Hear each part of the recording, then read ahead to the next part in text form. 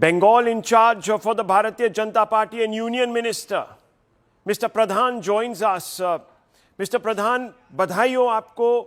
Fantastic day, historic day for the BJP as well as, of course, for BJP also in Assam, not just in Bengal, in Assam and of course in Puducherry, the NDA. So a great day overall for you. But Pradhan ji, thank you for speaking to us. Your first reaction on the performance of the BJP in Bengal, sir. My all salute to the decisive voters of West Bengal. For a long time, they are intending, they have a desire, strong desire to change the ruling pattern in Bengal, be it 34 years of left regime or be it 15 years of TMC's regime. There was a pattern to govern. The pattern's primary condition was to create fear psychosis, intimidate voters, do atrocity on people. By creating that fear, you own the election. This time, my biggest take of this election is due to impartial approach of Election Commission. People of West Bengal has come out in a big way. They have reposed faith and leadership of Prime Minister Narendra Modi ji, policies and program of Bharatiya Janata Party, because since last 2.5 decades, we are a natural party of governance in many states. That belief extends to Bengal also. I am grateful to people of Bengal for reposing their faith in Prime Minister Modi and BJP, and they have given a decisive mandate of misrule, misgovernance of Srimati Mamata Banerjee. प्रधान जी, अगर आप TMC का version सुने तो काफ़ी अलग है. वो कह रहे हैं कि तमाम बीजेपी ने एक किस्म से षड्यंत्र रचा था, हमारे खिलाफ ईसी को भी इन्वॉल्व किया, सेंट्रल पुलिस फोर्सेस को भी लेके आए, कई दिक्कतें पैदा की कि पूरा जो इलेक्टोरल फील्ड है अनइवन हो जाए. इस पे आपकी क्या राय है? देखिए, मैं पहले चुनाव आयोग की निष्पक्ष और सुव्यवस्थित चुनाव के लिए उनको धन्यवाद देता हूं. मैंने जैसे कहा कि पिछले लगभग 50 सालों में बंगाल की जनता को एक निष्पक्ष चुनाव की अवसर कम मिला था. ऐसे नहीं कि बिल्कुल मिला नहीं था, कम मिला था. जब चुनाव आयोग ने सारे कारणों को ध्यान में रखते हुए सुप्रबंधन किया, ये चुनाव आयोग की काम है, हमारे भारत की संवैधानिक व्यवस्था है, उनके अधिकार की विषय है.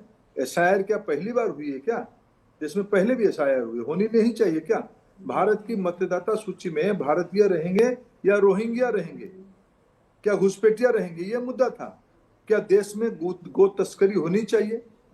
क्या देश में ड्रग माफियाओं का राज बननी चाहिए? क्या बंगाल के मंत्रियों के घर में नोट की पहाड़ दिखना उचित है? क्या उनकी डजन भर मंत्री और प्रमुख नेता जेल के अंदर नहीं रहे? क्या बंगाल के सारे भ्रष्टाचार की तार ममता जी के घर तक, उनकी भाईपो अभिषेक बनर्जी तक नहीं पहुंचता था? प्रजातंत्र कभी भ्रष्टाचारियों को, अत्याचारियों को, क्या ममता जी ने आरजीकर घटना हो या संदेशखाली घटना हो, उस समय में संवेदनहीन अरुचिकर मंतव्य नहीं दिया था महिलाओं के प्रति? ये सारे के कारण है उनकी पराजय. जमीन पे आपकी रणनीति क्या थी प्रधान जी? जमीन में रणनीति था गिलहरी जैसे लोगों के घर तक पहुंच के सेतुबंध बांधने के लिए बालू डालो. हम घर घर तक पहुंचे. मैं असंख्य बीजेपी की और हमारे विचार परिवार की तमाम कार्यकर्ताओं को, बंगाल की नौजवानों को, महिलाओं को, किसानों को, आदिवासियों को, दलितों को, वंचितों को, पिछड़ों को आभार प्रकट करता हूं. ये विजय बंगाल की सब जनता ने लड़ा. चुनाव बंगाल की जनता लड़ रहे थे. भारतीय जनता पार्टी अकेला नहीं लड़ रहा था चुनाव, प्रत्याशी नहीं लड़ रहा था, जनता लड़ रहा था. ये सभी का श्रेय है इस नतीजा. बंसल जी भी आपके साथ जुड़े हुए थे, आरएसएस का भी इसमें काफ़ी एक किस्म से उनका भी कंट्रीब्यूशन रहा. इसके बारे में थोड़ा बताइए, जो तालमेल था बीजेपी और आरएसएस के बीच में. देखो, समाज में तालमेल था ममता जी को हराने के लिए. निश्चित रूप में हमारे संगठन के जो सारथी थे, वो बंसल जी हो या भूपेंद्र यादव जी हो या मंगल पांडे हो या अमित मालवीय हो, ये सब लोग प्रमुखता से कई सालों से बंगाल की रणनीति को बना रहे थे. सर्वोपरि हमारे गृह मंत्री और राष्ट्रीय अध्यक्ष दोनों की पौनी नजर बंगाल पे था. और सर्वोपरि प्रधानमंत्री नरेंद्र मोदी जी बंगाल की जनता की हृदय तक पहुंचे, जनता की, लोगों के दिलों में रहे, अनेक मेहनत किए, भरोसा जताया, भरोसा दिया तो वो लोगों ने भरोसा जताया। बीजेपी कोई भी चुनाव को बड़े गंभीरता से चुनाव लड़ता है। बंगाल की विचार परिवार के लोग असंख्य त्याग किए हैं, अनेक उनकी बलिदान हुई है। बंगाल की बीजेपी के कार्यकर्ता अनेक जगह पर हम घूमते हैं तो शहीद परिवार हमको मिलते हैं। किस चीज की शहीदी? बंगाल के न्याय के लिए, बंगाल के राजनीतिक अधिकार के लिए। उनको हत्या उनके परिवार में हुई। ये सब की इस बात की नतीजा आई।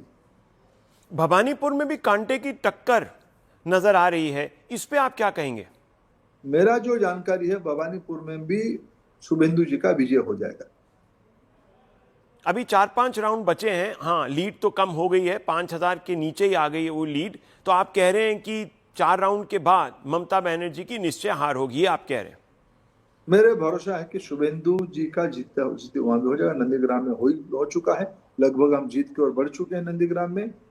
पूरा इस बार बंगाल में भारतीय जनता पार्टी की अभूतपूर्व विजय हुई है। ये विशेष करके ममता जी की कुशासन के खिलाफ, अत्याचार के खिलाफ, संवेदनहीनता के खिलाफ, अहंकार के खिलाफ लोगों की हमारे ऊपर भरोसा की वोट है। प्रेसिडेंसी रीजन और ग्रेटर कलकत्ता की जो रीजन है, वहां पर भी आपका बहुत अच्छा एक किस्म से परफॉर्मेंस रहा है। इस पे आपका क्या कहना है? क्योंकि कई लोग कह रहे थे कि देखिए वहां पर जो भद्रलोक है वो कभी भी बीजेपी को वोट नहीं देगा, बीजेपी कम्युनल पार्टी है, डिविसिव है, बंगाल में कभी जाति और कभी रिलीजन पर कभी वोट बंटता ही नहीं है, यहाँ का एक किस्म से एक संतुलन रहता है, बहुत एक किस्म से सेक्युलर इन्वायरमेंट है। इसमें आपको क्या कहना है? जो मैं आपको एक याद दिलाऊं, बंगाल के बारे में जिनकी कम जानकारी है, बंगाल की भाषा, बंगाल की अस्मिता, बंगाल की परंपरा, बंगाल की माहौल के बारे में इस प्रकार की ऊपरी ऊपरी समीक्षा कर सकते हैं। मैं आपको 1905 की वो तिथि याद दिलाना चाहता हूँ, बंग भंग के समय में। उस समय के जिस राज्य में, जिस इलाका में स्वामी विवेकानंद, जिस राज्य में कविवर रविंद्रनाथ ठाकुर, श्री गुरु अरविंद, नेताजी सुभाष बोस, इस प्रकार के महामनीषी, बंकिम चंद्र चटर्जी जी ने वंदे मातरम लिखा। कुछ लोग अभी भी तो कहते वंदे मातरम में एक सांप्रदायिकता ध्यान में आती है। ये सारे जो दिवालिया लोग हैं ना, ये बंगाल को नहीं जानते हैं। बंगाल भारत की एक अस्मिता की मूल प्रतिछवि है, एक केंद्र है। उस बंगाल को आधे जान के मंतव्य देना उनकी निर्बोधता की, उनकी अज्ञानता का परिचय है। बंगाल मातागिनी हजरा की जिला है, इलाका है, ईश्वर चंद्र विद्यासागर की इलाका है, जो सब समय में एक अस्मिता, एक तत्व, एक विचार के आधार पे समाज जीवन में रहे हैं। उस बंगाल में एक बंगाल गौरव इस बार प्रतिष्ठा हुई है। मैं आपसे एक सवाल पूछना चाहता हूं, जब हम बीजेपी के हेडक्वार्टर में जाते हैं तो वहां पर एक मूर्ति हमें दिखती है श्यामा प्रसाद मुखर्जी की। आप जानते ही होंगे, आपने देखा होगा, उन्होंने नींव डाली थी एक किस्म से भारतीय जनसंघ की बंगाल में और पूरे देश में। आज आपके मन में क्या ख्याल आ रहे हैं? मैं इसीलिए 1905 को याद किया। उस समय में श्यामा प्रसाद मुखर्जी जी की भूमिका को याद किया। वो कितना दूरदृष्टा थे, उनकी बलिदान को याद किया। पहले बैच में जो जनसंघ की लोकसभा में लोग जीते थे, उसमें बंगाल की अच्छा खासा प्रतिनिधित्व था। वो जो समूह था उसमें भी बंगाल अच्छा था। इसलिए हमारी एक भावनात्मक लगाव, बंगाल का जो चुनाव हुआ इसकी सीधी रामिफिकेशन बंगाल की भौगोलिक सीमा तक नहीं है। ये देश की चुनाव था, देश की अस्मिता की चुनाव था, देश की सुरक्षा की चुनाव था। बंगाल की जनता ने उसमें से नेतृत्व किया है, साथ दिया है। अब बीजेपी कमान संभालेगी बंगाल में। आगे आप अगर थोड़ा नजर डालें और हमें थोड़ा बताएं कि नेक्स्ट स्टेप्स क्या हैं बंगाल के लिए, और चीफ मिनिस्टर कौन बनने वाला है? उसका तो एक प्रक्रिया है, जो प्रक्रिया है उसको पूरा किया जाएगा। वो तो हमारी प्रक्रिया में हम लोग पूरा कर लेंगे। लेकिन जो वादे हम लोगों ने किया है जनता के सामने, उस वादे को, उस भरोसे को हमने पूरा करना है। प्रधान जी धन्यवाद, थैंक यू, आपने हमसे बात की, समय निकाला। 1-2 दिन में हम जरूर आपसे फिर से बात करेंगे। Obviously viewers, this is a monumental change in the polity of Bengal. Remember viewers, this is not just the first time you have a situation where a party that is taking on and ending 60 years of left and TMC rule, but is also a national alternative that has come in and has replaced what has been the traditional party of Bengal over the last, since 1970 years. This is tectonic. This is a massive, massive shift.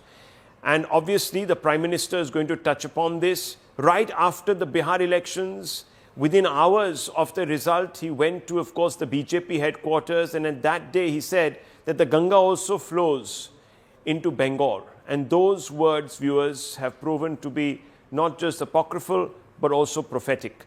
I hand back now to Poonam and Griha.